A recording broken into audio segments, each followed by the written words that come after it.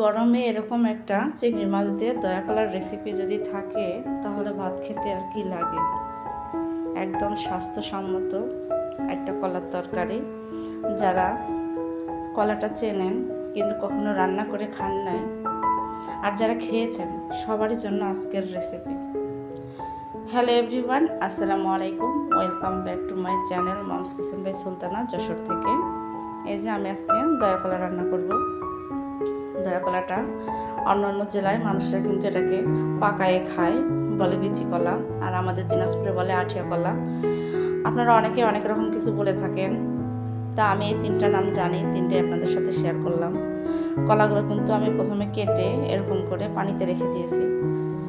পানিতে না রাখলে কলার একটা আঠা আছে, এই আঠাটা হাতে লেগে যাবে, কালো হয়ে যায়। কলাটা শুকনো জায়গায় রাখলে আর পানিতে রাখলে কালো হয় না, কালারটা খুব সুন্দর থাকে। আমি এক এক করে এরকম সমস্ত খোসাগুলাই ছাড়িয়ে নেব। তারপর কিভাবে কাটবো আপনাদের দেখাচ্ছি। আপনারা চাইলে এরকম দুই ভাগ করেও কাটতে পারেন। যদি নারকেলের দুধ দিয়ে রান্না করতে চান সেক্ষেত্রে এরকম দুই ভাগ করে কাটলে ভালো হয়। আর যেহেতু আমি চিংড়ি মাছ দিয়ে রান্না করবো একটু ঝোল ঝোল করে, তাই আমি এভাবে এরকম কাটলাম। আবার যখন চচ্চড়ি করি তখনও কিন্তু এভাবে কেটে দিই। আপনারা আপনাদের পছন্দ মতো আর কি কেটে নিয়ে রান্নাটা করবেন।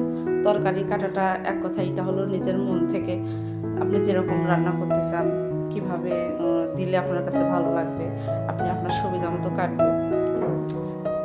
তো আমার কাছে এরকম, আমি এরকম সাইজের করে কেটেছি গোল গোল করে। কলাটা যদিও বিচি কলা, এই কলার মধ্যে অনেক বিচি, খেতে গেলে মাছ যেমন কাটা বেছে খেতে হয়, কলাটাও এরকম বিচিগুলো বেছে বেছে খেতে হয়, কিন্তু খেতে খুবই মজা। কাঁচকলার থেকে দয়া কলাটা বেশি মজা। আমি যশোরে এসে প্রথমবার খেয়েছি, খাওয়ার পরে আমার এত ভালো লাগে যে এই কলাটা যখন সিজন থাকে, যেমন এই সময়টা এই কলাটা খাওয়ার সময়, এই কলাটা এখন বাজারে সবসময় অ্যাভেলেবেল পাওয়া যায়। তো এখন এই যে আমার কলা কাটা হয়ে গেছে, আমি হলুদ দিয়ে ভালো করে কচলিয়ে কচলিয়ে ধুয়ে নেব, যেন কলার যে আঠাটা কষটা আছে এটা যেন একদম চলে যায়, আর ধুলাই করার পরে ফ্রেশ সাদা হয়ে যায়। এই তো এবার আমি নিয়েছি কাঁচামরিচ বাটা, পেঁয়াজ বাটা, রসুন বাটা, জিরা বাটা। শুধু এগুলো হলেই আমার হয়ে যাবে রান্নাটা। দেখেন আমি একদম ফ্রেশ সাদা পানি বেরোছে। আর চিংড়ি মাছ নিয়েছিলাম। এবার চিংড়ি মাছটা আমি একটা প্যান বসিয়ে দিয়েছি, প্যানের মধ্যে ভেজে নেব।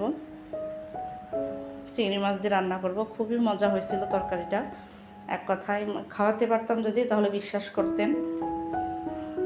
তবে নিজেরাও রান্না করে খেয়ে দেখতে পারেন, একবার খেলে টেস্ট করলে বুঝবেন।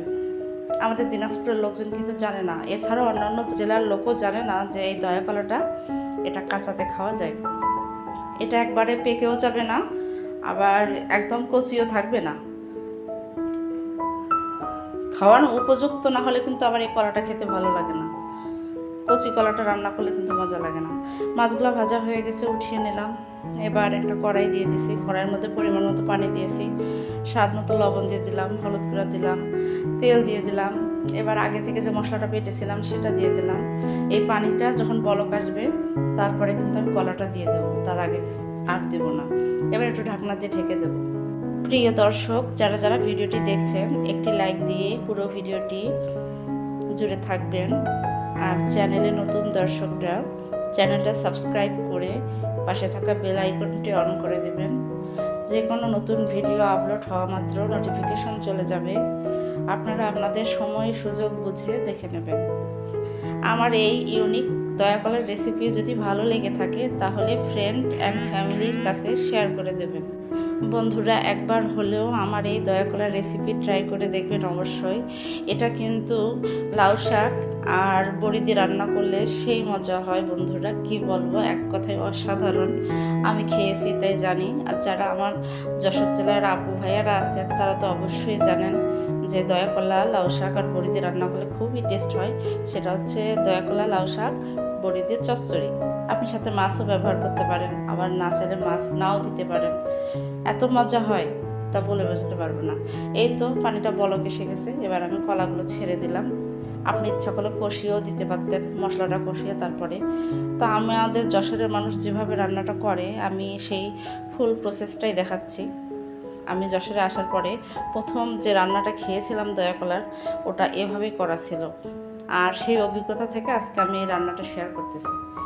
একটু ঢেকে দিয়েছিলাম, আবার একটু নেড়ে দিলাম, যেহেতু কলা, আর কলাটা আপনার বুঝে পানি দিতে হবে। যেহেতু আমার রান্না করা অভিজ্ঞতাটা আছে, তাই আমার প্রথম পানিতেই কিন্তু আমার হয়ে গেছে। আর দয়া কলাতে একটু ঝোল যদি না রাখেন, এটা কিন্তু নামানোর পরে কলাটা ঝোলটা আপনার টেনে নেয়, তাই একটু ঝোল ঝোল থাকতে নামিয়ে নিতে হবে। এই যে দেখেন মাশাল্লাহ আমার তরকারিটা কিন্তু হয়ে গেছে, নামিয়ে নিয়েছি। কত সুন্দর এসেছে কালারটা, মাশাল্লাহ। যেমন দেখতে লোভনীয়, খেতেও ঠিক সেরকমই টেস্টি ছিল, বললে বুঝবেন না। অবশ্যই বাসায় বানিয়ে খেয়ে দেখবেন, তারপরে আমার কমেন্ট বক্সে জানিয়ে যাবেন। সবাই ভালো থাকবেন, সুস্থ থাকবেন। আল্লাহ হাফেজ।